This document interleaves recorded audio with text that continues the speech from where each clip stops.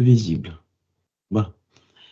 Donc cette lettre Dalet, on avait vu que c'était donc un déséquilibre pour l'homme, mais donc vraiment un équilibre pour Hachem. OK? Et cette lettre, donc je ne vais pas la refaire, mais elle veut dire, sa signification, c'est la porte. OK? C'est une porte.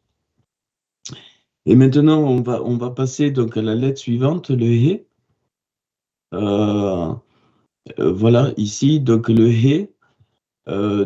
C'est un Dalet, c'est la même lettre, mais on a rajouté donc donc cette espèce de virgule allongée, et qui est en fait la sixième lettre, mais plus étirée. Et si vous voyez, c'est la seule, c'est une lettre qui est ouverte, totalement ouverte. Ça, c'est la porte, et le He, c'est le souffle. Cette lettre, donc, c'est le souffle, donc elle vaut 5. Et donc, on pense donc de suite, évidemment, au souffle de l'esprit. Et donc, il souffle quoi? Eh bien, il souffle, il révèle la porte qui est Yeshua. Pour nous, donc c'est pour ça que le Dalet, il fait 4. Correspond, le signe, c'est les quatre évangiles, hein, les 4 Béchorim. OK, et donc ça, c'est le signe réduit de la Torah. Et donc, le souffle de la Torah se transforme donc en 4 évangiles. Donc, le 5 se transforme en 4. Enfin, se transforme, se révèle, le 5 révèle le 4, c'est-à-dire que le souffle va révéler de Yeshua. Et rappelez-vous ce qui est dit dans Jean, hein, qui ne parlera pas de lui-même en parlant de l'Esprit Saint, mais donc il mettra en avant Yeshua, donc le Seigneur. Et alors, il y a une particularité, donc ça c'est une des preuves, mais bon, ça, ce signe, c'est le Vav, donc qui est déformé, c'est la sixième lettre, mais je ne sais pas si on aura le temps de la faire. Et donc, dans cette lettre 5, qui représente l'harmonie, hein, le 5, la lettre E, le souffle, représente l'harmonie. Eh bien, ce 4, cette porte devient 5. 4, les 4 évangiles, et 5, c'est les 5 livres de la Torah. Donc, ça correspond à ce que le Seigneur dira. Je ne suis pas venu abolir la loi, mais je suis venu l'accomplir. Donc, ce « et », c'est un accomplissement de la Torah par Yeshua Mashiach, et donc par le souffle de l'Esprit. Et quelque chose dont je ne sais pas comment je vais présenter la chose, mais ici, le développé de cette lettre, eh bien, elle a 3 formes. Soit je rajoute le Aleph, alors c'est un souffle, donc ça ne se prononce pas, on dit Hé. Évidemment, si je mets une voyelle, ben, Hé, mais c'est vraiment le souffle. Si je peux le développer avec le Aleph, donc donc le Aleph, c'est le souffle de ce qui vient de l'autre côté, de l'autre monde, le monde d'Atsilut, et auquel on n'a pas accès. Puis je peux l'écrire avec un autre He, vous voyez, il y a 2 He ici. Et d'ailleurs, c'est pour ça qu'il y a 10 commandements, ça c'est autre chose. 5 et 5, côté Hachem et côté l'homme. Et donc, c'est le souffle de la révélation des 5 mondes, ici. Et enfin, alors ça, je peux vous montrer comment on trouve ça. Donc, le « et », au lieu de mettre Aleph ou « et », je peux mettre à côté « yud », c'est le développé.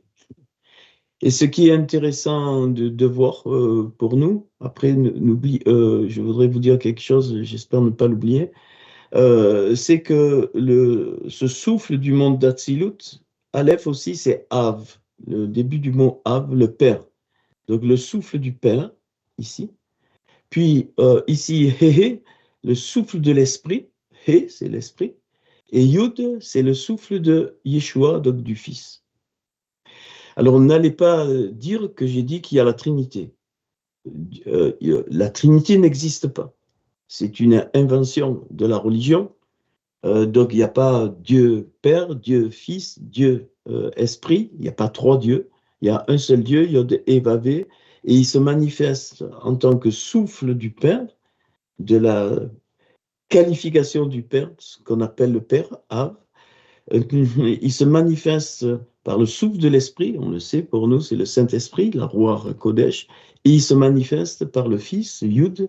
Pourquoi je dis que c'est le Fils? Parce que c'est normal, c'est que le Yud inclut les 10, donc les 10 commandements, et c'est la première lettre, c'est la plus petite lettre, c'est la lettre de la semence, et c'est pourquoi c'est le Fils? Parce que c'est le résultat de la semence, parce que Yud, c'est Yeshua. Le début du mot Yeshua s'écrit avec cette lettre ici, Yud. Donc ici, vous avez la notion du Père, du Fils, de l'Esprit, pardon, et donc du Fils. Et même dans les juifs traditionnels qui connaissent la Torah, ils ont la notion de la qualité de Père, de la qualité de l'Esprit et de la qualité du Fils. L'épouse est ailleurs. On le verra donc plus loin. Mais n'allez pas me dire que j'ai parlé de Trinité. Il n'y a pas de Trinité. Dieu est un, terminé. Dieu est Dieu. On ne sait pas, voilà, on ne sait pas, mais il se manifeste comme le soleil est un, mais il se manifeste par la lumière, il se manifeste par la chaleur, il se manifeste par son action sur la terre, la photosynthèse, et pourtant c'est qu'un soleil. On ne peut pas séparer les choses. Donc la Trinité est une invention de religieuse. Ok. Alors, dans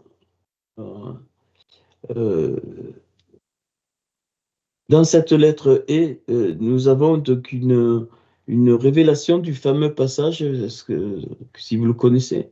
Rappelez-vous quand il y a la guerre de 5 rois contre 4, ou 4 rois contre 5, ça dépend comment on le prend, mais ça on peut le voir. Donc vous savez, c'était Kedorlaomer, ainsi de suite, et Abraham vient régler donc les comptes donc à ces rois. Et en fait, ce passage est très mystérieux, mais si on le réfère donc à ces deux lettres, le Dalet et le He, c'est par contre euh, quatre rois qui vont se concrétiser à partir des 5 rois. C'est la Torah qui se concrétise par les évangiles.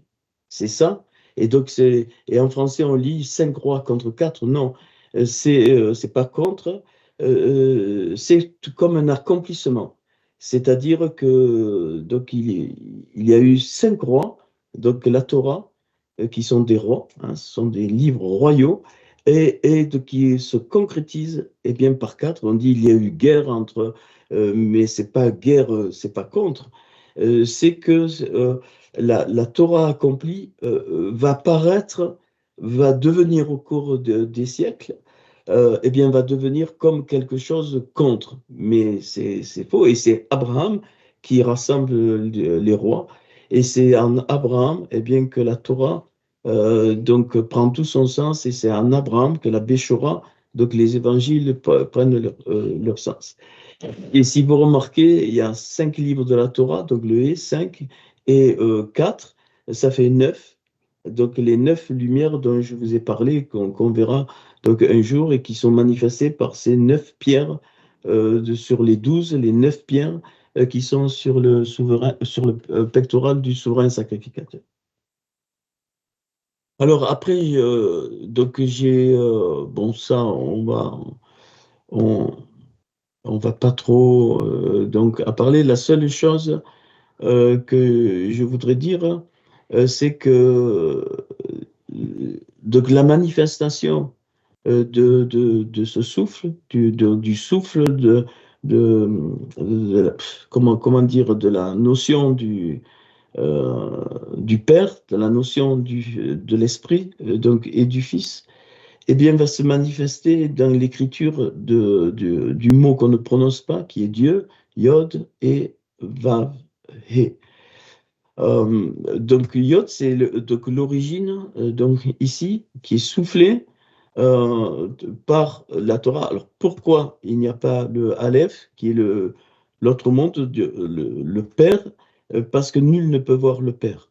C'est impossible, parce que c'est la plus haute profondeur vers la dimension de Dieu. C'est pour ça que le Aleph n'est pas dans le Yod et Vavé, mais par contre, c'est la Torah, le Vav, la Torah qui devient la Béchora, ou qui va devenir pour nous la Béchora, qui va faire la jonction du souffle pour nous.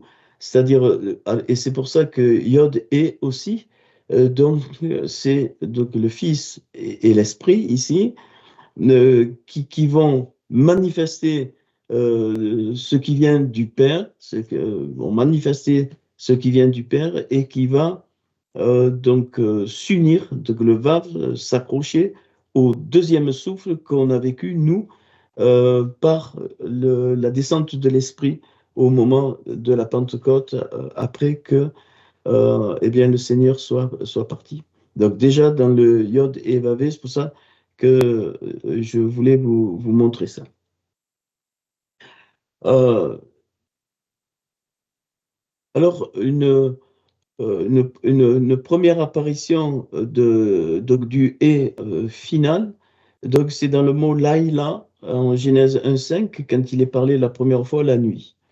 Et si vous remarquez bien, ici, la nuit, c'est pas quelque chose de négatif.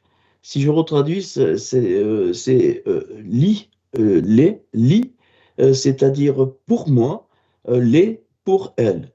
La nuit, en fait, c'est que l'Église, elle est cachée. L'Église, elle est cachée, mais tout le travail, toute l'histoire, tout le travail du Seigneur, ça va être d'amener toute la notion de l'épouse pour la fin des temps.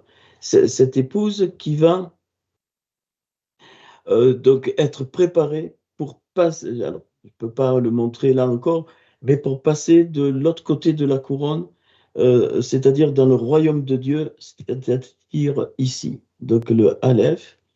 Et le Seigneur, enfin, il nous est parlé de trois royaumes.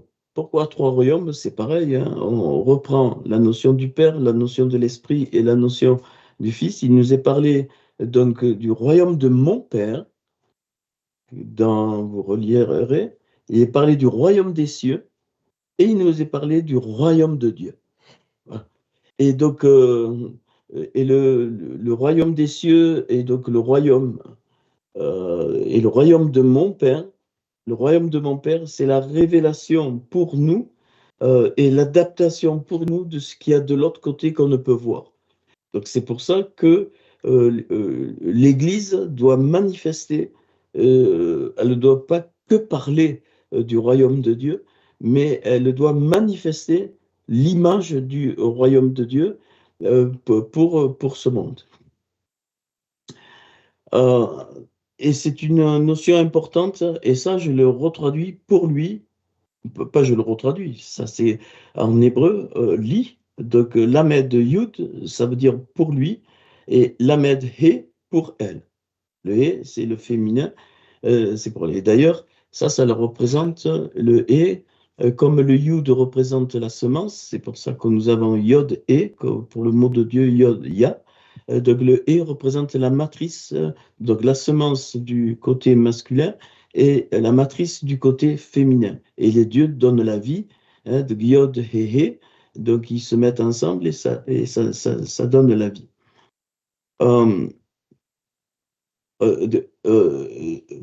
Donc, la nuit, en fait, dans Genèse 1,5, c'est cette église qui est là, mais qui est cachée. Donc, pour lui, pour elle, et c'est une histoire d'amour, en fait, entre donc Yeshua et son corps. Et son corps représente l'épouse, c'est un mystère.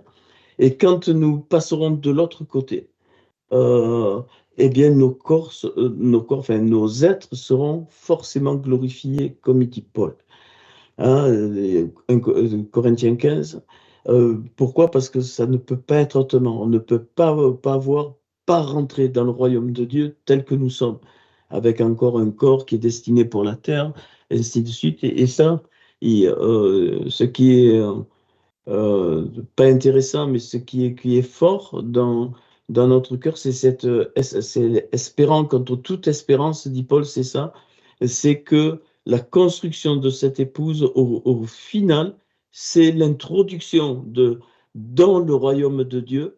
Ne me demande pas comment, mais c'est l'introduction dans le royaume de Dieu de quoi? Du Machiar et de son corps.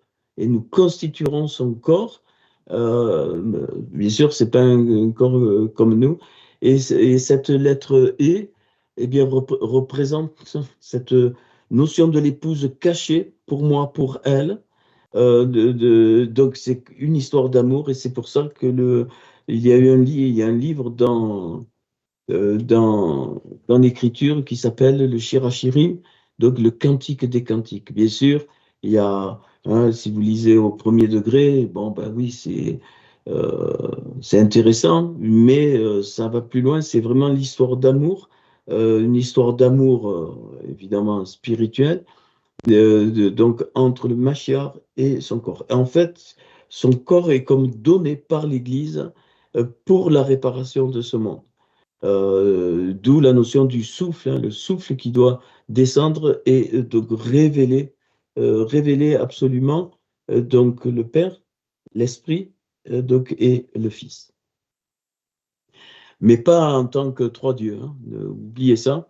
Donc en tant que trois manifestations de Dieu pour nous. Il se manifeste en tant que Père, il se manifeste en tant qu'Esprit et il se manifeste en tant que Fils, mais il n'y a pas trois personnes. Et Dieu n'est pas une personne. Même si vous l'avez entendu dans des doctrines, Dieu ne peut pas être une personne humaine. C'est pas possible. Dieu est Dieu. Terminé. Il a tout créé, tout, y compris le Mashiach, tout. Tout a été créé par lui et ça reste un mystère. Le Seigneur reste un mystère, bien sûr. On peut être touché, on peut connaître plusieurs souffles, on peut connaître plusieurs dimensions en nous. C'est pas un souci, mais Dieu est Dieu.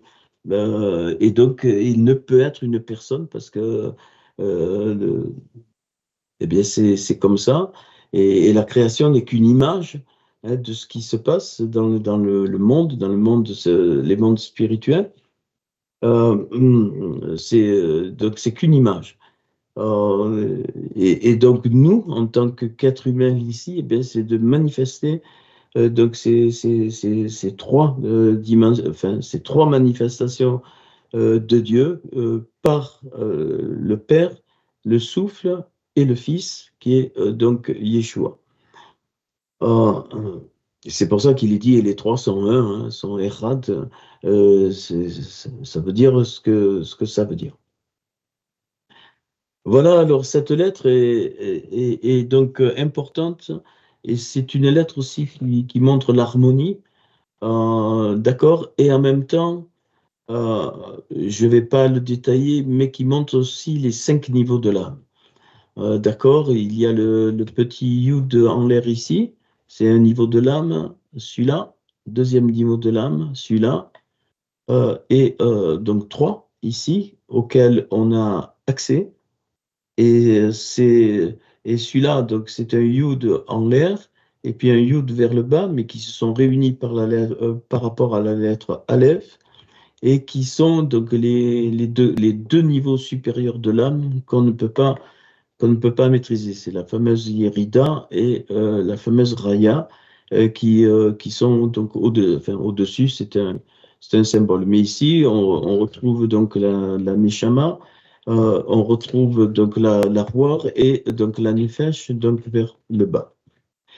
Et en fait, donc, si on comprend, il faut savoir que Adam, donc le principe humain, le principe adamique, qui aujourd'hui pour nous se manifeste en tant que être humain, est une porte pour manifester les choses des cieux. Il faut bien comprendre, chaque être humain est une porte. C'est pour ça que nous sommes les seuls êtres qui avons la stature debout sur 2 pieds et qu'on peut regarder. Bien sûr, les animaux aussi, mais je veux dire, ils n'ont pas. Il n'y a pas de bipède comme l'homme. et parce que nous avons une partie donc, divine. Je n'ai pas dit qu'on était Dieu, j'ai dit une partie divine. Nous sommes extraits de lui, et donc une partie pour la terre, donc une partie charnelle. Et donc, il faut comprendre que donc, nous sommes une porte. Nous sommes une porte soufflée. Hachem nous a écrit, soufflé. Il nous a soufflé, il nous a, par l'esprit évidemment, et nous sommes devenus ce que nous sommes devenus. C'est par le souffle de Hachem que nous sommes devenus des êtres vivants. Et c'est pour ça qu'il est écrit, et l'homme, Adam, est devenu, donc Haïta, Nefesh Raya, une âme qui vit. Raya, donc une vie qui vit par l'âme, donc une porte des choses de Dieu. Et ça, voilà, c'est quelque chose qui peut nous aider à comprendre des choses parfois qui se passent ici et qu'on ne comprend pas forcément avec notre intelligence. Alors, à partir de là, je ne savais pas si, mais je pense que je vais le faire. Donc, à partir de ce 5, de ce souffle, on peut voir pourquoi donc la fameuse menorah.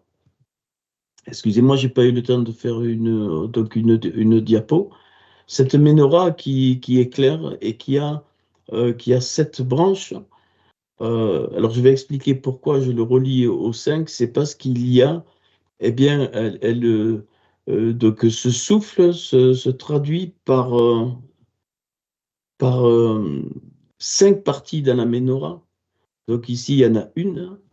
Alors, quand je dis partie, il faut penser que c'est une symétrie ici. Donc, il y a ici donc 1, puis 2. Vous voyez, j'ai mis les lettres 2 ici.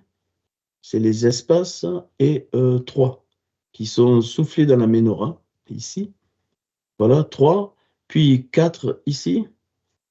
Voilà, c'est 2 ici. Et puis le 5 ici. Alors, bon, alors je vais vous montrer avant de continuer. Et donc ce souffle nous révèle aussi les 5 mondes que Dieu a créés. Et qui voilà, les 5 mondes que Dieu a créés, et il se passe des choses dans ces 5 mondes dans lesquels on peut avoir des révélations ou voilà, où sont situés les esprits, où sont situés les archanges, ainsi de suite. Ça, Dieu, le Seigneur peut nous montrer où sont, dans quel monde ces créatures donc sont.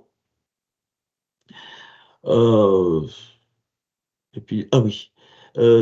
Mais alors, en diapo, si je retrouve, je voudrais vous montrer pourquoi je dis que 5 mondes ont été créés.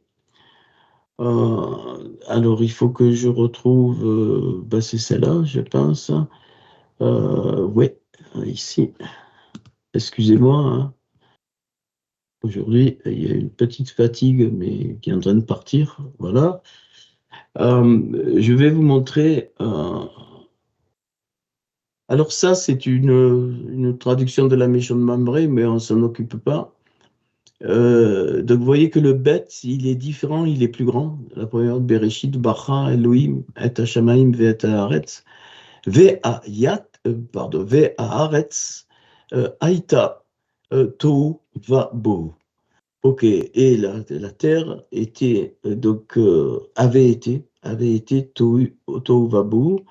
Vers Rocher Holpenei, donc, et les ténèbres Holpenei sur la face du théum. Donc, ça, c'est la chose négative ici.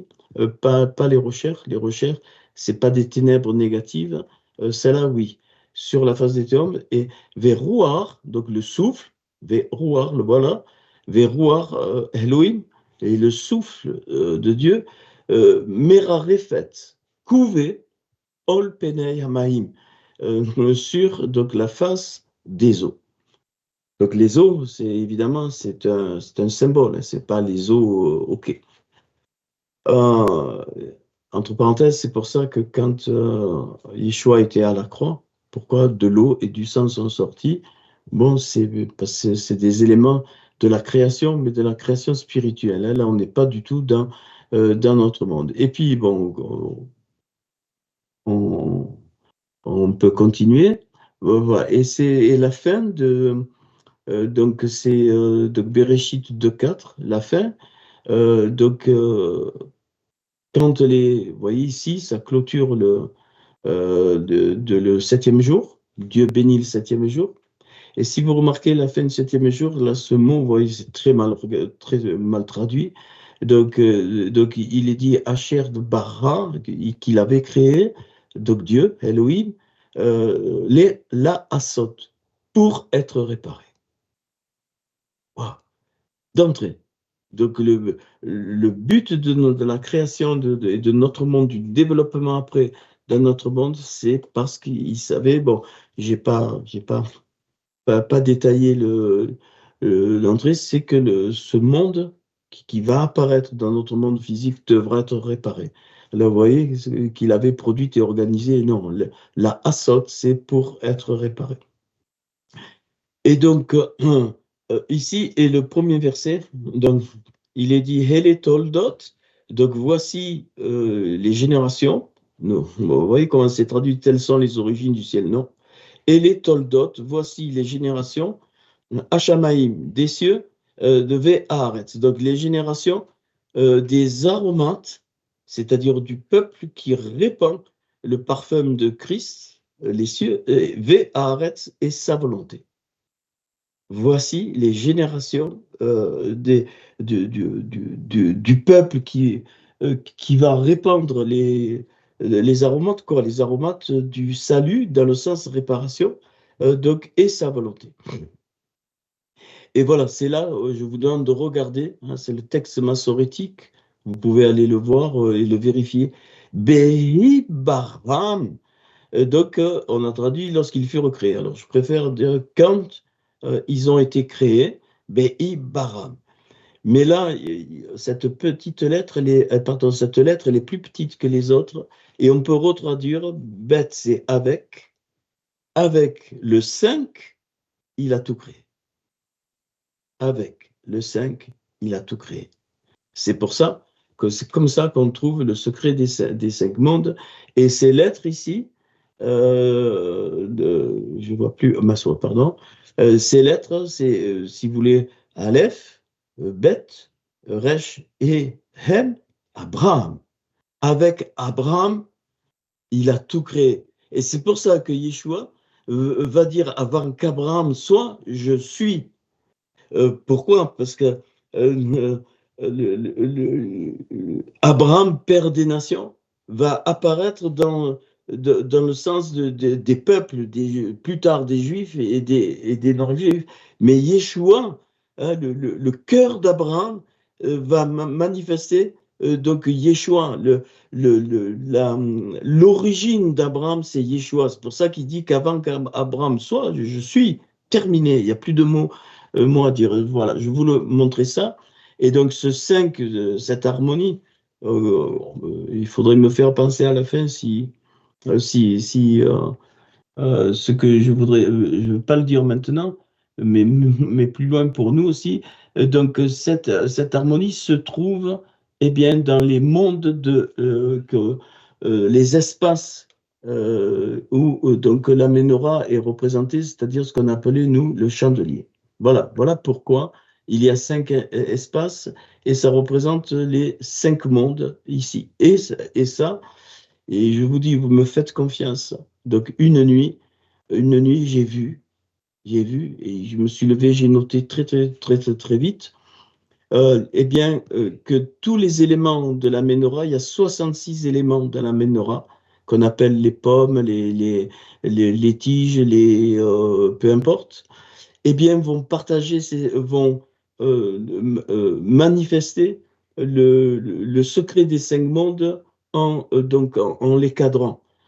Ici, le monde d'Atsilut, ici, entre les deux barres ici.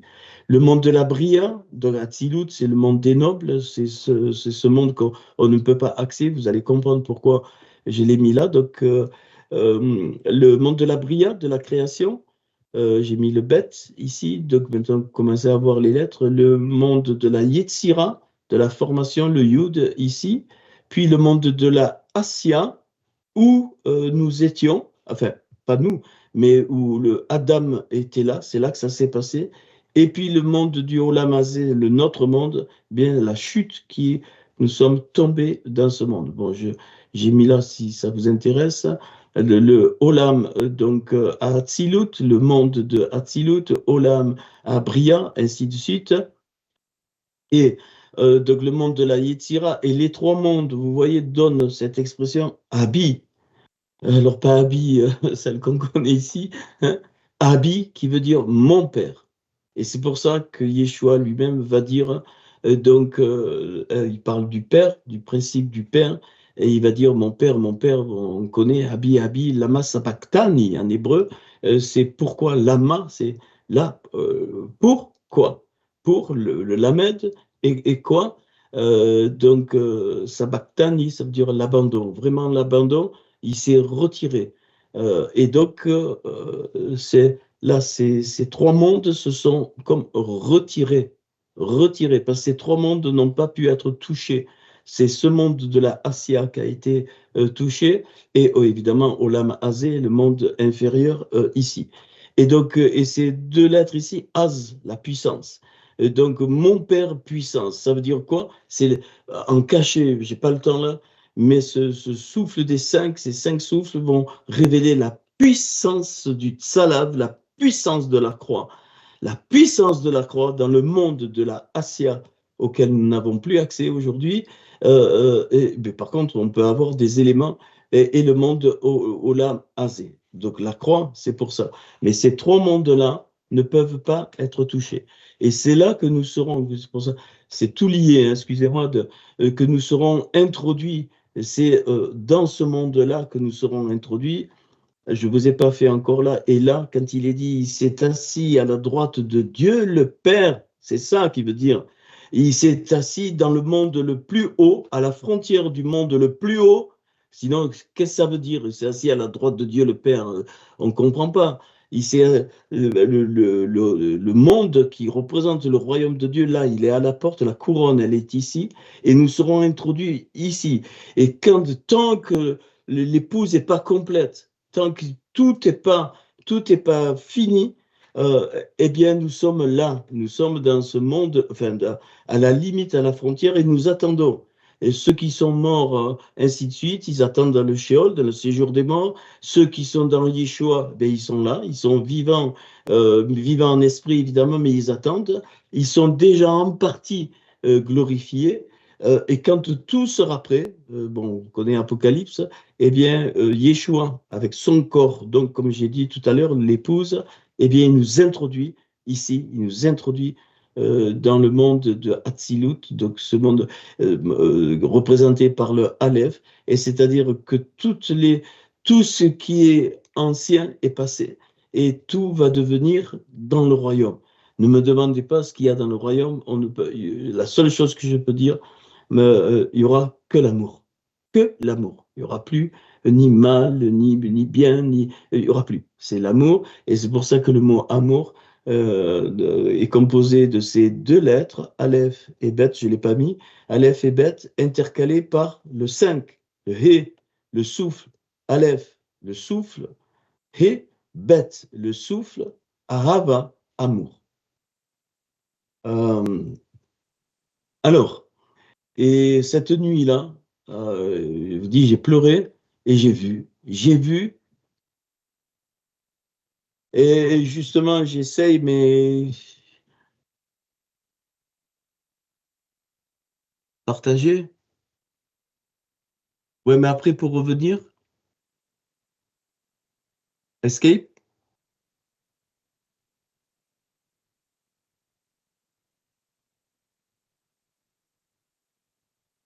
le verre. Ben, tu m'apprends quelque chose, c'est bien.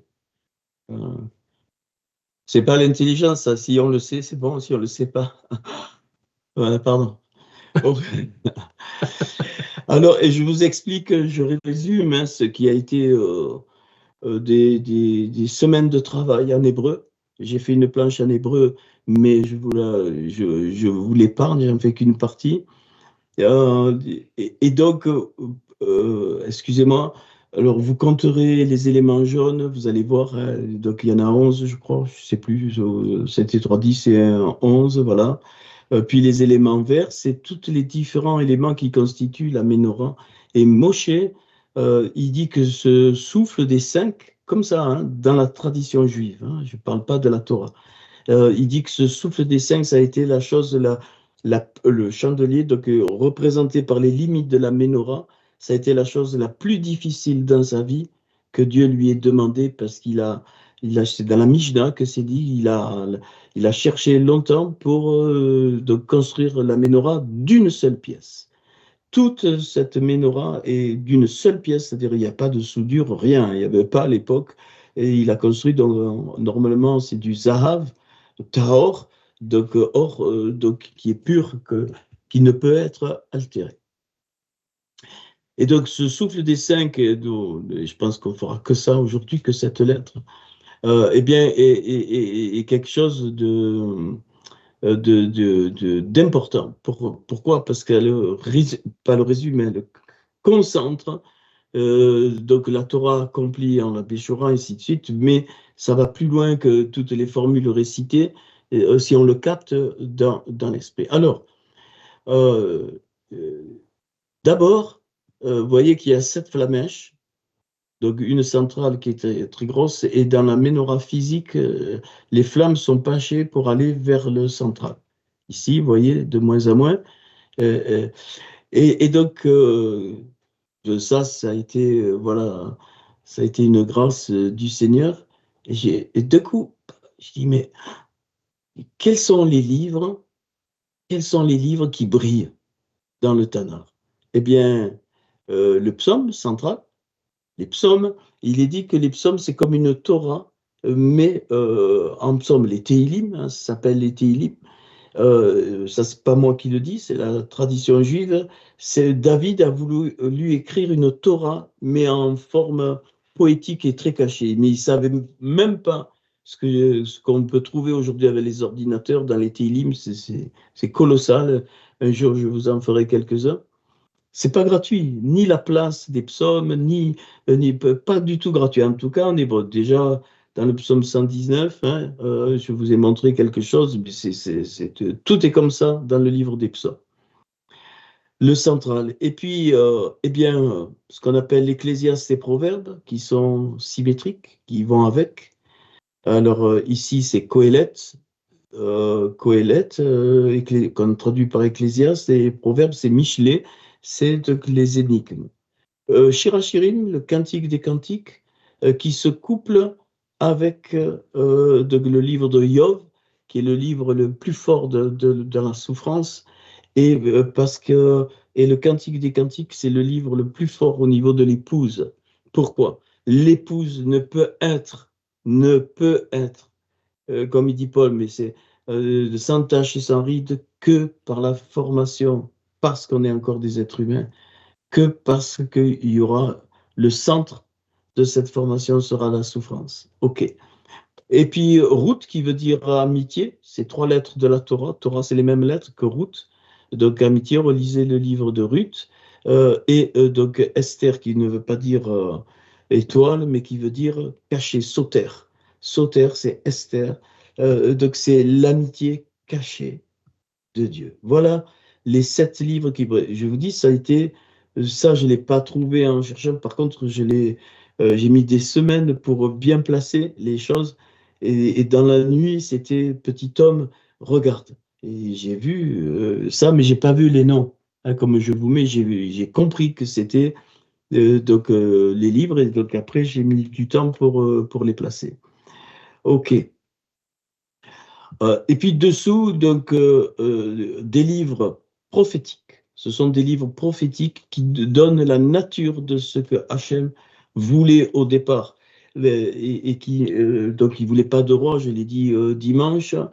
Et donc, quand on les place, eh bien, dessous les psaumes, pour moi, c'est devenu donc Yehoshua, Yehoshua, Josué, et c'est le nom de Yeshua d'aujourd'hui. Pourquoi?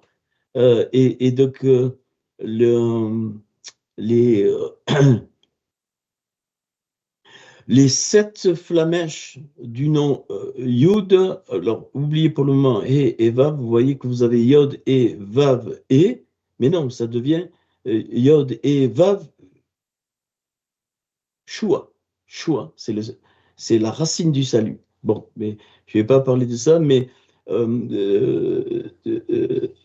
si je regarde les lettres principales de Yeshua avec les flammes, c'est Yud, Vav, Shin et Ain. Et c'est les seules lettres qui ont des flammes. Et donc, il y en a 7. Une flamme, 2 flammes, 3 flammes, 5 flammes qui caractérisent le monde de Yeshua, les 5 mondes qu'il va développer par la Torah et plus tard par la Béchora. Et donc, les 2 sources, donc j'allais dire donc, les 2 sources du royaume, mais ça, c'est autre chose. Et donc, le chandelier, en fait, brille.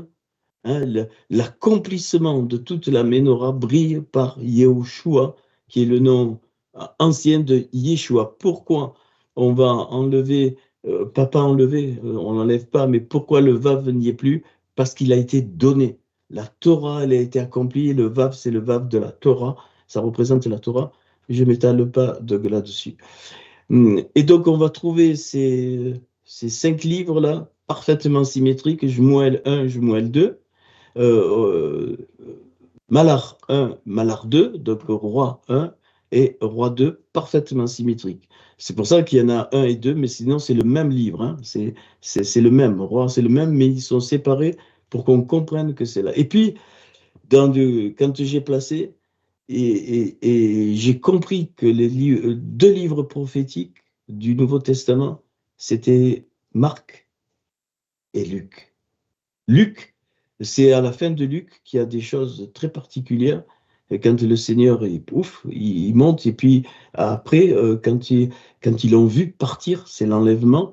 Hein, et c'est pour ça que c'est un livre prophétique, Luc.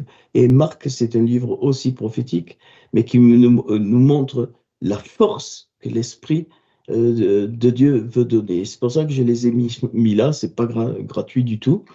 Donc Marc donc, et Luc.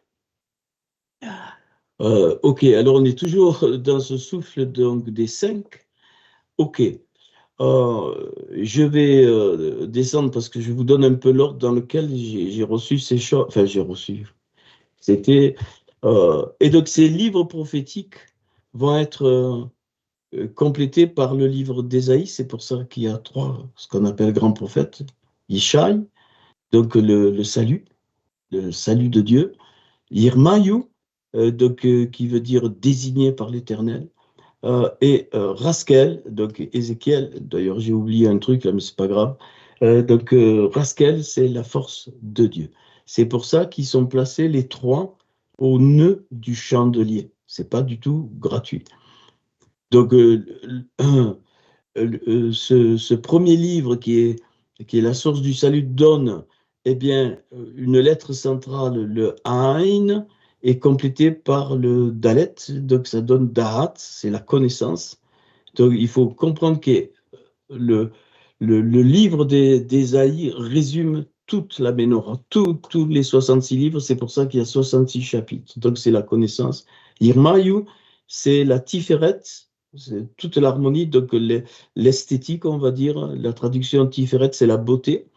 Et Yirmayu, donc le prophète le plus rejeté, celui-là qui a le plus souffert, même historiquement, eh bien, va manifester le royaume de Dieu, mais dans son image, parce que c'est pas possible. Et c'est pour ça que ça donne Tiferet.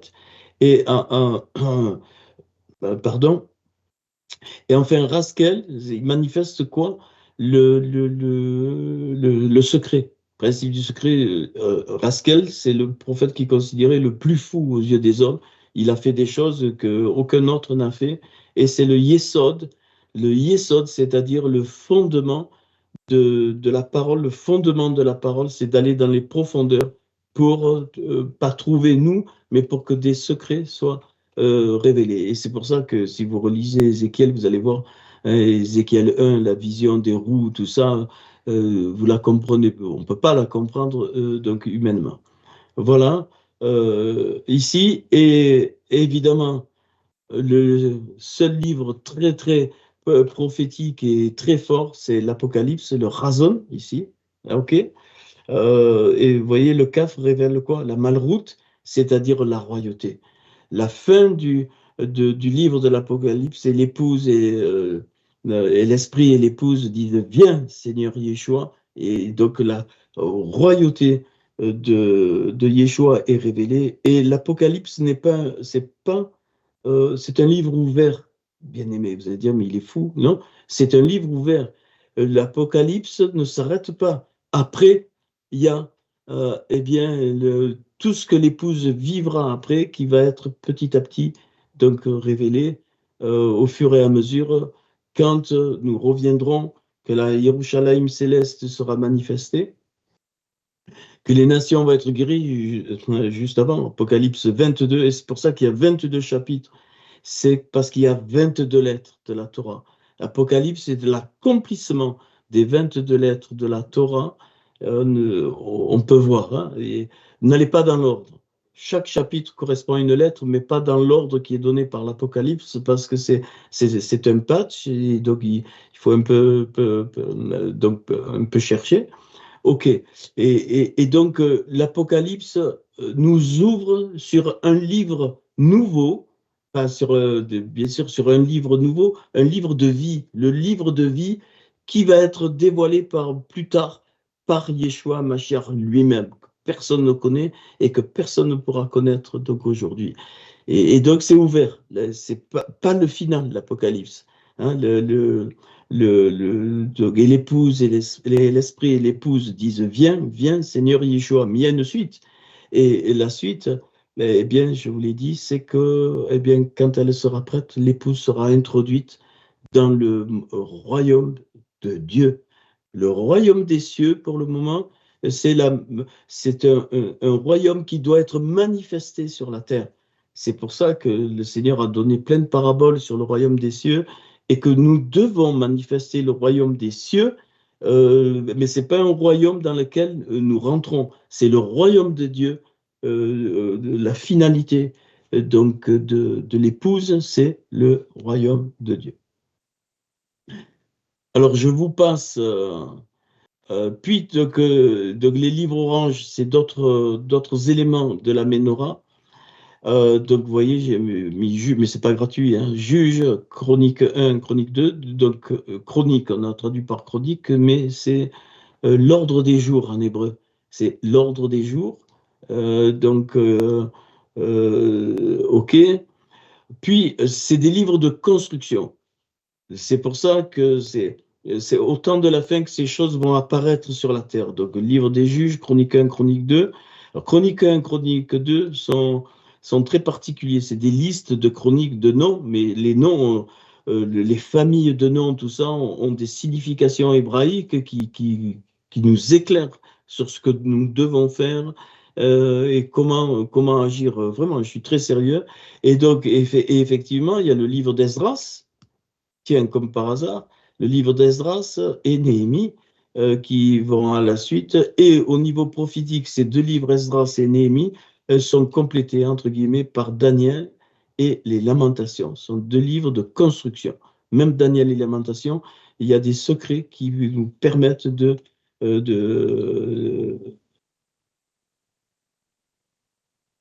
bâtir, entre guillemets. OK. Et puis c'était tout. Et puis c'est resté, j'ai prié, pas demandé. Dans mon cœur, je dis Seigneur, mais et le reste, c'est où? Et puis d'un coup, tac, c'est venu. C'est venu ici, il restait 21 places. 21 places.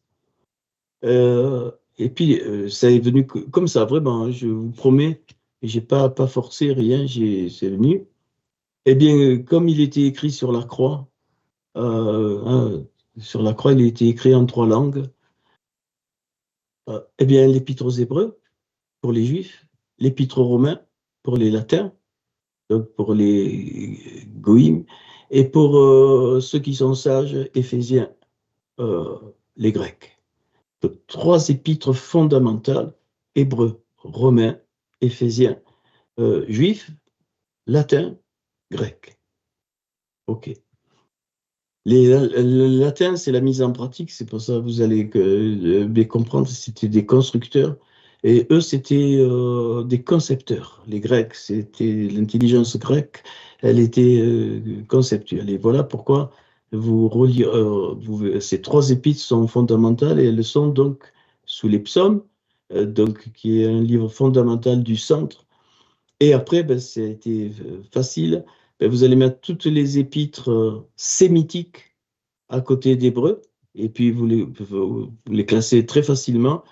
Pierre, qui était juif, les 3 épîtres de Jean, Yohanan et Jacques, Yaakov. Romain, les latins, Timothée, ici, Jude, Yehuda, donc Philémon, Tite et Philémon, Philippiens et Tite, donc destinés donc à cette intelligence pratique et cette intelligence conceptuelle, les Grecs, Éphésiens, Corinthiens, Galates, Thessaloniciens, Colossiens. Pas gratuit.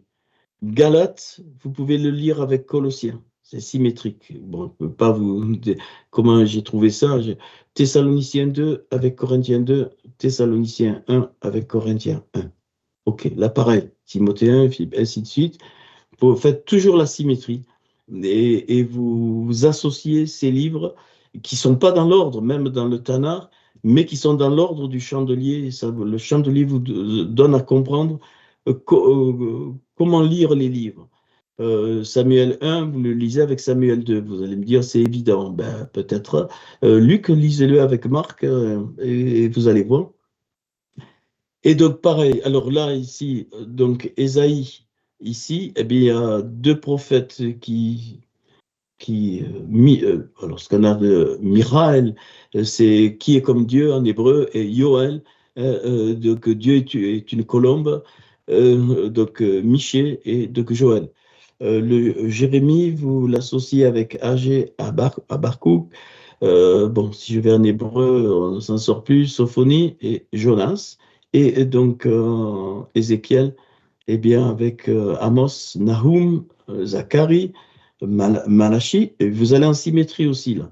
C'est-à-dire Jonas, vous le lisez avec Agé, ok, mais là aussi, non seulement les 3, vous pouvez lire en même temps, mais les symétriques, Zacharie, vous le lisez avec Malachi. Osée, vous pouvez le lire avec Nahum, et Amos, donc avec Abdias. Ok. Et puis, il restait, alors peut-être que j'ai... non, je pense pas que j'ai... hop, ah oui, non, j'ai pas oublié, il est placé ailleurs. Donc, eh bien, le livre des actes, pourquoi je l'ai mis là? Parce qu'il va avec toutes les épîtres ici. OK, et il y en a, si vous remarquez, c'est ça qui m'a fait 21, comme il y a donc ici 21 donc prophètes, et donc il y a aussi, ça vous donne une association hein, dans les trucs verticaux. Et bon, si vous avez le schéma, là je peux pas. OK. Oui, et donc le livre des actes qui est vert donc le pied du chandelier, c'est-à-dire pour la reconstruction. Donc il y a des clés aussi pour la reconstruction, et évidemment dans les épîtres aussi, mais c'est pas la même reconstruction que Esdras Néhémie, c'est plutôt reconstruction mentale, je dirais, comme ça, alors que Esdras Néhémie, c'est reconstruction pratique. Et donc les 7 tiges, bien le centre, première tige centrale ici, voilà. Il est dit, il sera constitué de 7 tiges, donc une centrale, donc c'est celle-là, et puis couplée, eh bien, voilà, donc une tige ici, 2 demi-tiges si tu veux, mais il est dit tige dans le texte de l'Exode. Eh bien, la tige centrale, c'est Béréchit, le fameux au commencement, ou Genèse ici, Béréchit, et puis tu associes Shemot, donc les noms qu'on a traduits par Exode, et Vaïkra, qu'on a traduit par Lévitique, c'est Dieu qui appelle, et Bemidbar, donc dans le désert, vous voyez, là vous l'avez sous les yeux, qui veut dire le désert, avec ce qui vient d'abord, de la parole. Le désert, c'est ça, avec ce qui vient de la parole. Bemidbar, et qui est le mot désert, et voilà. Et donc, vous l'associez avec des varim, évidemment, les paroles Deutéronome. Et puis, il restait pour moi, 2 évangiles fondamentaux. Donc, Yohanan, Jean, qui est ici, et enfin, et on boucle, donc Mattathaï, c'est-à-dire Matthieu. Ça, c'est le lion, et ça, c'est l'aigle. Jean, c'est l'aigle, et dans la vision d'Ézéchiel, et Mattathaï, Matthieu, donc c'est le lion. Je ne parle pas des autres pour le moment, c'est juste donc un détail. Voilà pourquoi le chandelier et qu'est-ce qu'il nous révèle. Et donc la réparation donc, se fait donc ici, et ça c'est la préparation à rentrer dans ces mondes. Mais ça ne nous appartient pas. Le monde de mon père, Aleph, Bet, Yud, c'est le royaume de Dieu. Et donc c'est les 5 mondes ici que je vous ai mis ici avec leur nom. Alors j'ai pas mis la traduction, mais on pourra en parler. Donc voilà. Et voilà pourquoi nous avons, il y a les 60, là vous pouvez les compter, il y a 66 livres et que, bon après en haut, vous en occupez pas.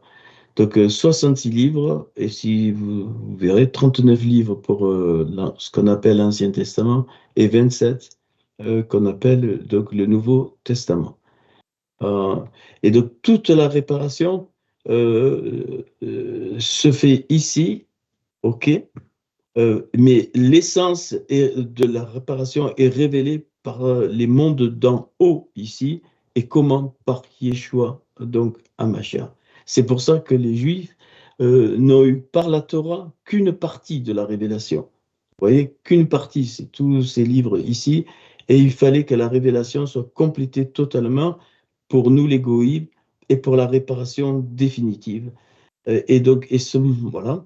Et pourquoi le pied? Bon, je ne vais pas en parler parce que il nous est dit qu'à la fin, après, eh bien, les cieux seront roulés, donc, et la terre disparaîtra. Ce qu'il faut comprendre, c'est que notre monde n'existera plus, mais c'est pas maintenant, c'est pas après l'Apocalypse, c'est dans l'ordre du Seigneur. C'est lui, ça, c'est un mystère. Ce Olamazé n'existera plus du tout. Il n'a même pas besoin d'être réparé, ce monde-là, il sera détruit.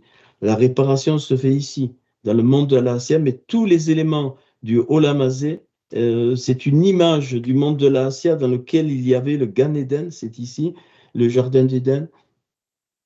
Et donc ça, oui, ça, en fait, ce qui se répare ici, ce qu'on croit réparer ici, se répare en haut. Quand tu donnes à manger aux pauvres, c'est en haut que ça se répare. Tu es en train de mettre, de remettre une pierre de fondement dans l'amour de Dieu, dans le monde de la Assia. Et tout ce qui restera ici du Olamazé, quand c'est tout fini, disparaîtra. Ça, il faut bien le comprendre. Enfin, et ça ouvre, ça met la joie, je veux dire, quand Paul il dit espérance, on rencontre toute espérance, eh bien, pour moi, c'est ça. Et donc voilà. Euh, voilà, je voulais faire 3 lettres encore, mais je crois qu'on va rester sur cette lettre He. Et pas pourquoi, parce que je ne sais pas quelle heure il est, et je voudrais qu'on échange et que vous me posiez des questions. Voilà, j'ai fini. Le royaume de Dieu, on ne peut pas y accéder, d'accord? Donc, on a besoin d'une manifestation pour nous. Et ça s'appelle le royaume de mon Père. En tout cas, c'est ce que Voilà. Alors que le royaume des cieux, il est le royaume des cieux. Voilà, c'est pas voilà, ce qu'il y a dans le royaume des cieux, c'est toutes les créatures, les anges, les archanges, les manifestations, voilà. Et voilà, voilà. C'est bon? Ouais, Royaume de mon Père. ouais, oui, tu as raison de le préciser, parce que c'est pas, moi, j'allais dire, je me comprends, moi, mais bon, ok. J'avais cru qu'il y avait trois royaumes. Non, j'ai mal compris.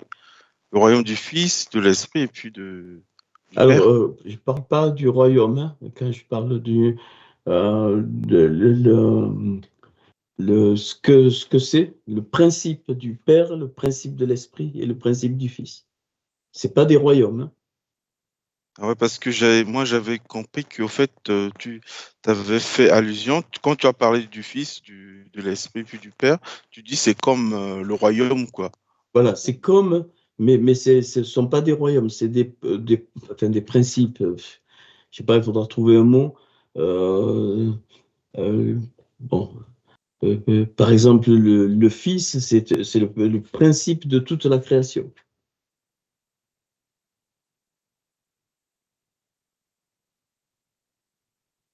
Alors, peut-être je me suis mal, je suis mal expliqué.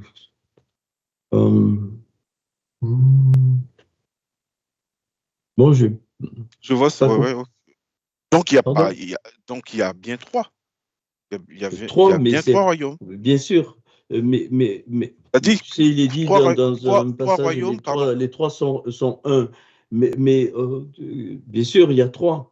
Oui, Mais les trois principes sont dans tous les oui, oui. royaumes. Sauf que la révélation du principe du Père, elle nous est, comment dire, réduite pour qu'on puisse vivre la notion du Père. Je sais pas, dis-moi ce que tu as. Bon, Au fait, si tu veux, on peut pas dire que le principe du Fils agit que dans le royaume des cieux. Il agit partout.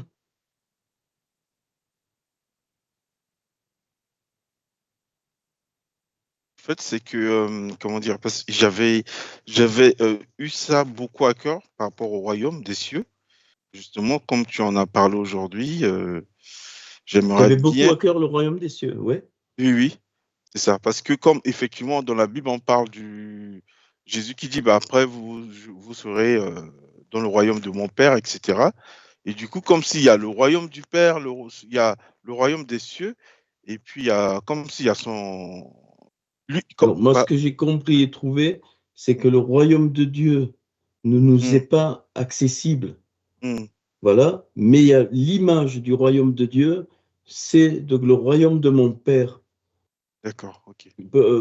Comme une réduction pour que nous, on soit accessible. Mais dans les trois royaumes, entre guillemets, comment dire, oui, la notion du Fils, du Père et de l'Esprit peuvent agir. Ouais, Hum. Voilà. Parce que c'est, comme il dit Frédéric, parce que c'est la même chose.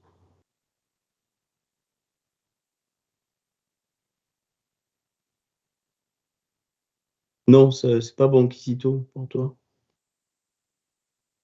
J'ai pas encore tout à fait bien saisi. Je pense qu'on prendra un peu le temps pour ça, pour la partie royaume. Parce que Dieu est le. Parce que tu as Parce que parlé. nous, on voit le royaume comme un pays, mais c'est pas un pays, le royaume. Quand je dis royaume de Dieu, qu'est-ce que vous voyez? Vous voyez un pays? C'est pas un pays. C'est C'est un, un c'est endroit un monde. invisible à nous pour le moment, où il y a tout, j'allais dire, voilà, du Dieu est Dieu. Voilà, c'est son royaume. Parce que s'il utilise comment dire, s'il utilise le mot royaume, parce que c'est un mot que les hommes connaissent. C'est pour nous donner la possibilité un peu d'appréhender à un petit niveau Voilà. voilà, Et en ce hébreu, c'est principe-là. malroute. Le mot malroute. Hein. Ok. Le- comment expliquer, c'est un endroit inaccessible pour nous. Si je prends le royaume de Dieu, c'est inaccessible pour nous. Mais par contre, c'est réservé. Mais c'est pareil, c'est pas un pays. C'est réservé, c'est préparé pour l'introduction du Machar avec l'épouse. À l'éternité, c'est là où il n'y a pas de temps, il n'y a pas d'espace. C'est un autre, ça nous dépasse. Et donc, du coup, pour sur la terre, si je ne sais pas si c'est bien traduit par rapport à ce que Jésus a montré comme modèle, il dit, quand les disciples lui ont posé la question, montre-nous comment prier, il dit que ton règne vienne. Oui. C'est ça? C'est-à-dire, Oui. sur la terre, il faut que Mais le royaume... c'est pas éternel. C'est pas un règne éternel sur la terre. Effectivement, que ton règne vienne, c'est quand le Seigneur revient avec son Église et la Jérusalem céleste qui descend, il y aura le règne de Dieu sur la terre, mais c'est que temporaire. Dans le royaume de Dieu, c'est éternel. Il n'y a pas de temps, il n'y a pas d'espace, il n'y a pas de...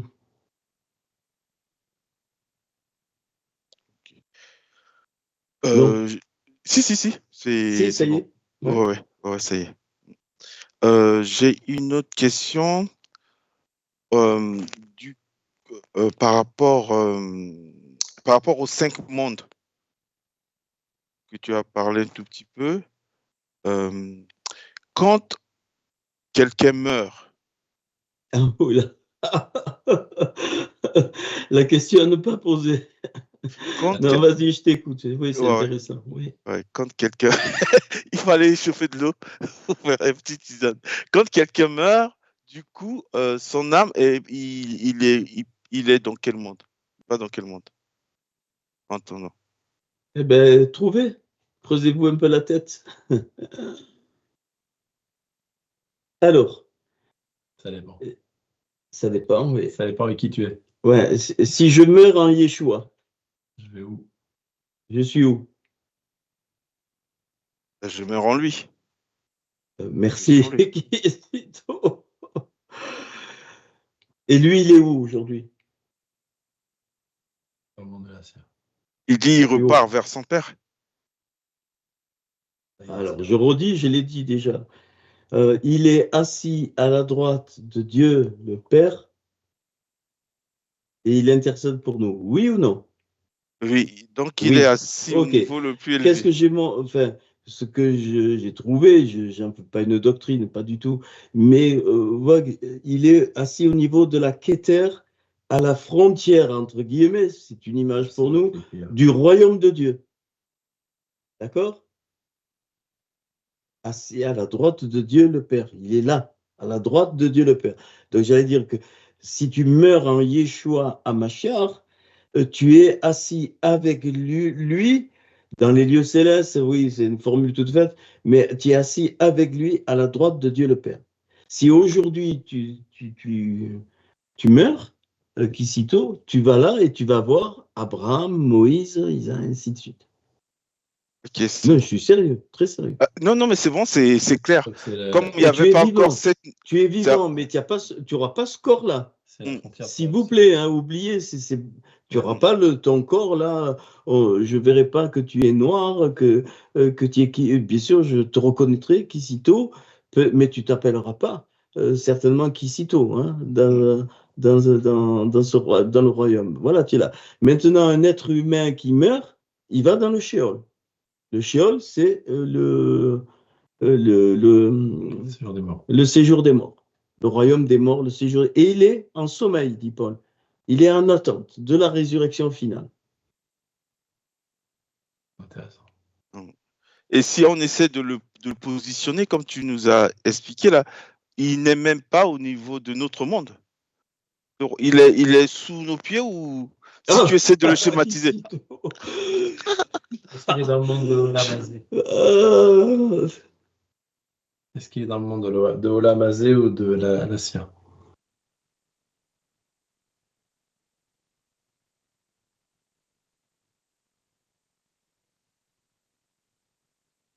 La réponse peut être étonnante. Parce que moi j'observe Christian là. Hein? Parce qu'il me connaît, c'est pour ça. Fredo, pourquoi tu rigoles? J'ai Parce que payé, la réponse peut être étonnante. j'ai Peut pris surprendre. mon frais de formation pour Est-ce payer ma que... formation. Donc, Ouais. Alors, moi, je vais retourner pour essayer de vous accompagner là, dans ce que j'ai compris petit, en tout petit. Je pense, je prétends pas et je pense pas avoir. Quand quelqu'un meurt hors du Seigneur, d'accord, son corps en terre, il se décompose, ok, mais son âme, au séjour des morts.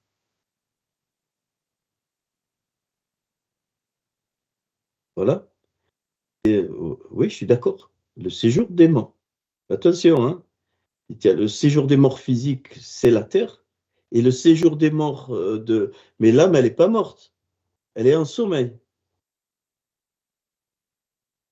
Non, ce que je voulais vous entendre dire, est-ce que vous pensez qu'une âme qui meurt hors du Seigneur, un adamique, je dis bien un adamique, il va en enfer?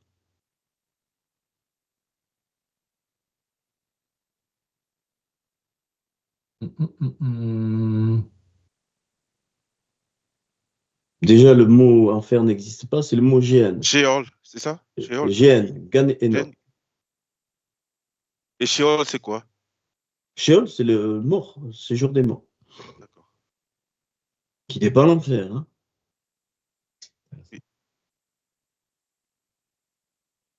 C'est là où tous ceux qui étaient morts avant que Christ vienne étaient.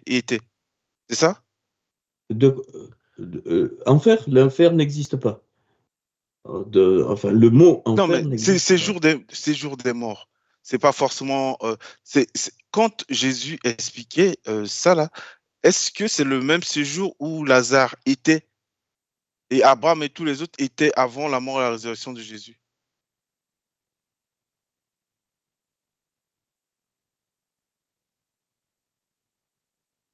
Non, là, c'est.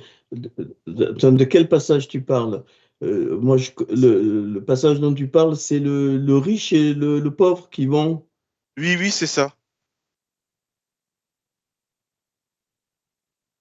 Et c'est bien dit qu'ils vont dans le séjour des morts.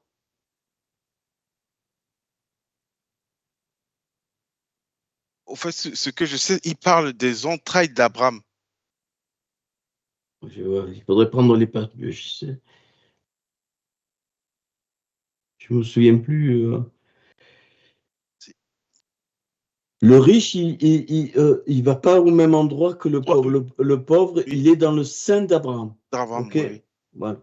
Et le sein d'Abraham, c'est le séjour des morts ou pas? Eh bien non, non.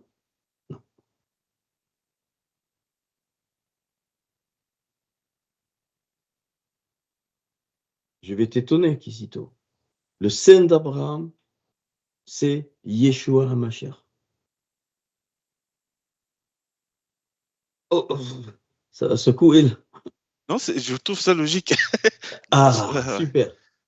Parce que le sein d'Abraham, en hébreu, c'est le cœur, hein, le cœur. Le cœur d'Abraham, c'est Yeshua HaMashiach. Avant qu'Abraham soit, je suis. Je suis le cœur d'Abraham. Je suis. C'est moi qui ai donné la vie à Abraham. Oui ou non? Oui. Ben oui. Et donc, Yeshua, cœur, est plus grand qu'Abraham. C'est le cœur qui nous donne la vie hein, dans le corps. Donc, le cœur est plus grand que notre corps. Ben là, c'est pareil.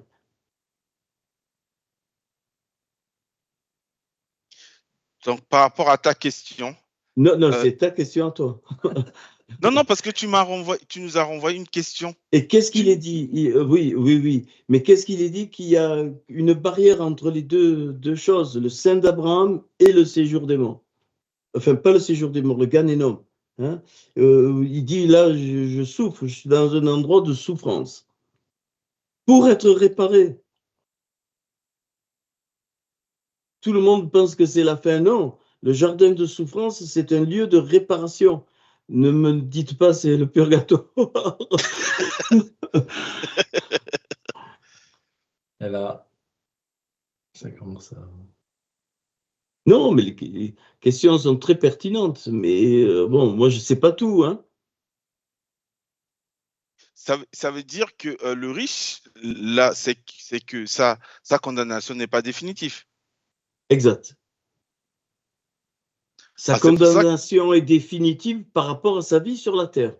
Ça, oui. Il passe dans le Gan Enom. Dans la Géhenne, il passe dans le Gan Enom. Et c'est pour ça qu'il dit, bon, on voit, et le Seigneur, qu'est-ce qu'il dit? Non, non, ils ont la loi et les prophètes qui se débrouillent. Par contre, pourquoi Jésus... Bon, pardon, je sors un peu du truc. Mais au fait, ça veut dire, quand Jésus quand il va dire, ben, il faut envoyer, il dit, il faut que tu envoies Lazare pour parler à mes...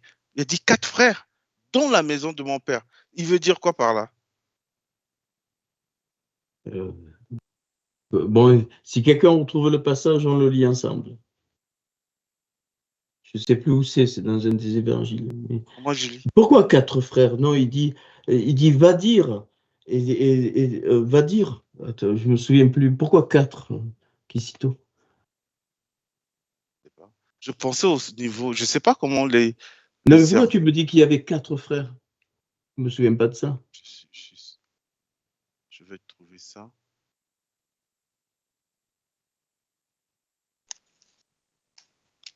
Il y a Marc aussi qui l'a dit ou pas? Parce que des fois, tu as des détails Il n'y a qui pas le est dans... son, je n'ai pas entendu. Pardon?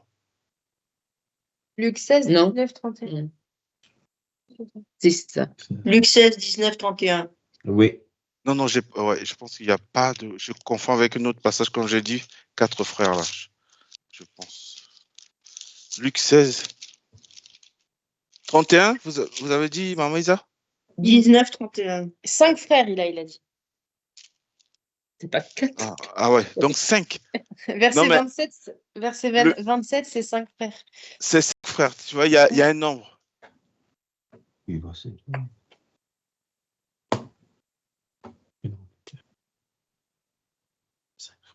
Ah oui, bah, j'avais oublié ça. Ouais.